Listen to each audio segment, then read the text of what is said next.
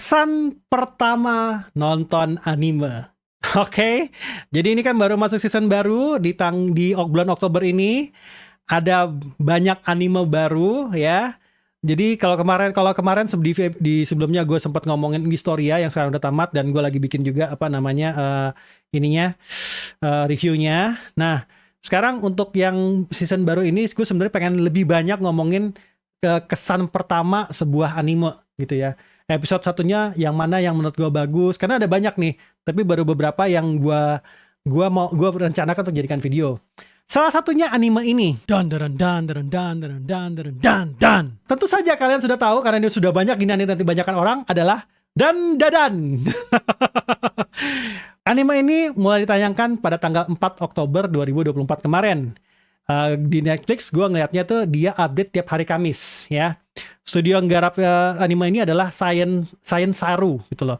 Science Saru ini yang juga ngegarap Devilman Crybaby dan salah satu episode di Star Wars Visions yang di Disney yang judulnya T0B1 Toby ya. Dan Dadan ini sendiri diadaptasi dari serial manganya dengan judul yang sama, Dan Dadan gitu ya. Gue nggak ngerti maksudnya apa Dan Dadan, tapi ya again Dan Dadan. Pengarangnya adalah Yuki Nobutatsu dan dia keluar bulanannya atau mingguannya gue lupa. Itu di Shonen Jump Plus. Soal cerita, kalimat yang paling pas untuk Dan Dadan ini, anime Dan Dadan ini atau serial Dan Dadan ini itu adalah chaotic, but in a good way ya. Ada chaotic tapi lu nggak tahu arahnya kemana, tapi ini chaotic in a good way. Setidaknya dari episode satunya ya. Chaotic in a good way. Ceritanya tentang seorang gadis SMA bernama Momo Ayase. Kita panggil saja dia Ayase karena memang dipanggil Ayase, yang bertemu dengan seorang otaku UFO bernama Ken Takakura. Di mana Ken percaya dengan UFO, tapi Ayase tidak percaya dengan UFO. Ayase percaya dengan hantu, sementara Ken tidak percaya dengan hantu. Baru ketemu debat soal UFO dan hantu, sampai tiba-tiba mereka langsung masuk ke pembuktian, di mana Ayase ditantang memasuki sebuah gedung yang katanya tempat ada sarang aliennya ya. Sementara Ken itu ditantang untuk memasuki sebuah terowongan tempat ada hantu yang namanya Turbo Baba atau Nenek Turbo. To be honest, nama hantunya aja udah aneh ya dari sini. Turbo Baba, oke. Nah, di sini chaosnya mulai terjadi nih, di mana Ken beneran ketemu sama Granny Baba dan Turbo Baba ya, dan Ayase hampir di-PK ya sama alien ya, hampir di-PK sama alien ya.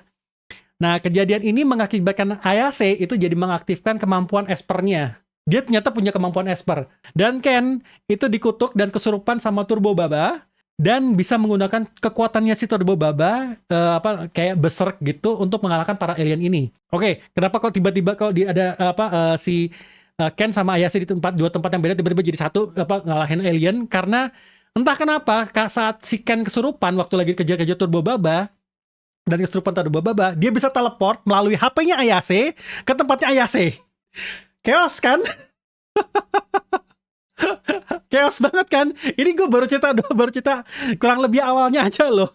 Apakah masalahnya beres? Tentu tidak. Karena Ken kena kutukannya Turbo Baba ya. Yang ternyata Turbo Baba itu pengen bijinya Ken. Karena kena kutukan Turbo Baba, sekarang si Ken udah bisa kesurupan Turbo Baba. Bijinya hilang. Jadi dari episode 1 ini adalah bagaimana caranya Ken dan Ayase bisa mengambil kembali alat kelaminnya dan bijinya Ken. Itu yang paling itu premis awalnya. Itu chaotic, serius. Dan Dadan tuh punya cerita yang sangat chaotic banget. Tapi gue enjoy. Ya. Kalau kalian mau tahu lanjutannya, kalian ikutin aja tiap hari Kamis ya. Gue akan ngikutin ini terus tiap hari Kamis sampai ini habis ya. Entah episode 12, entah 24, gue nggak tahu ya. Nah, kesan pertama gue nonton Dan Dadan ini ya.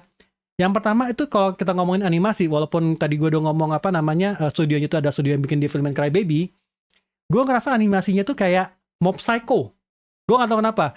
dinamis tapi chaotic. Gue ngerasa di Mob Psycho tuh seperti itu. Jadi ada kayak mungkin terinspirasi atau bagaimana, feel-nya tuh kayak agak mirip-mirip Mob Psycho, at least dari pandangan gue ya. Dan Mob Psycho juga kan ada hantu, ada alien juga kan kalau nggak salah ya. Ada makhluk-makhluk yang aneh lah lebih tepatnya. Jadi agak-agak mirip gitu loh. Gara-gara episode satunya ini, gue nggak pernah baca mangganya dan Dadan sama sekali ya. Gue akhirnya baca mangganya dan Dadan. Dan gue bisa berpendapat ini adalah serial manga yang sangat-sangat di-enhance animenya, terutama dari storytelling.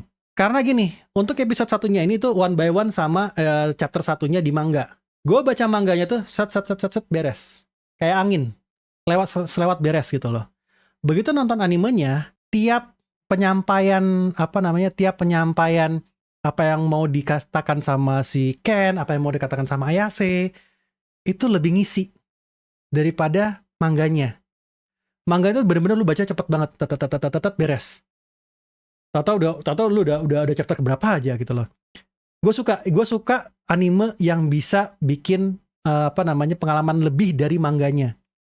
Dan ini untung cerita mangganya juga ya again chaotic tapi bagus gitu. unik lebih tepatnya unik kali ya. Lebih tepatnya unik ya. Dan gue ngerasa kayak ini punya potensi nih. Selama kalau misalnya animasinya misalnya sampai episode 8 ini konsisten seperti ini terus, gue yakin ini bisa jadi salah satu anime yang rajin ditonton sama orang-orang banyak saat ini ya, untuk season ini gitu loh. Gue suka bukan karena biji, tapi karena premisnya itu emang absurd banget gitu loh. Premisnya tuh sangat-sangat absurd sekali gitu loh. Gue nonton episode satunya ini aja nih kerasa asik banget. Hah, bisa begini? Hah, bisa begitu? Jadi kayak, oh, oke, dinamis banget. Ledakan-ledakannya juga ledakan-ledakan juga ada. Terus pas jadi turbo babanya juga lucu gitu, keren gitu. Seiyu-seiyunya juga bisa menyampaikan suara Ken sama Ayase dengan sangat-sangat bagus menurut gua. Apalagi yang waktu pertama kali Ken kenalan sama Ayase, itu awkward banget. Tapi kelihatan banget si Ken tuh berusaha untuk deketin Ayase karena Ayase udah nolong dia. Gue seneng sekali sama pas nonton episode 1. Oke, gue tunggu episode 2-nya.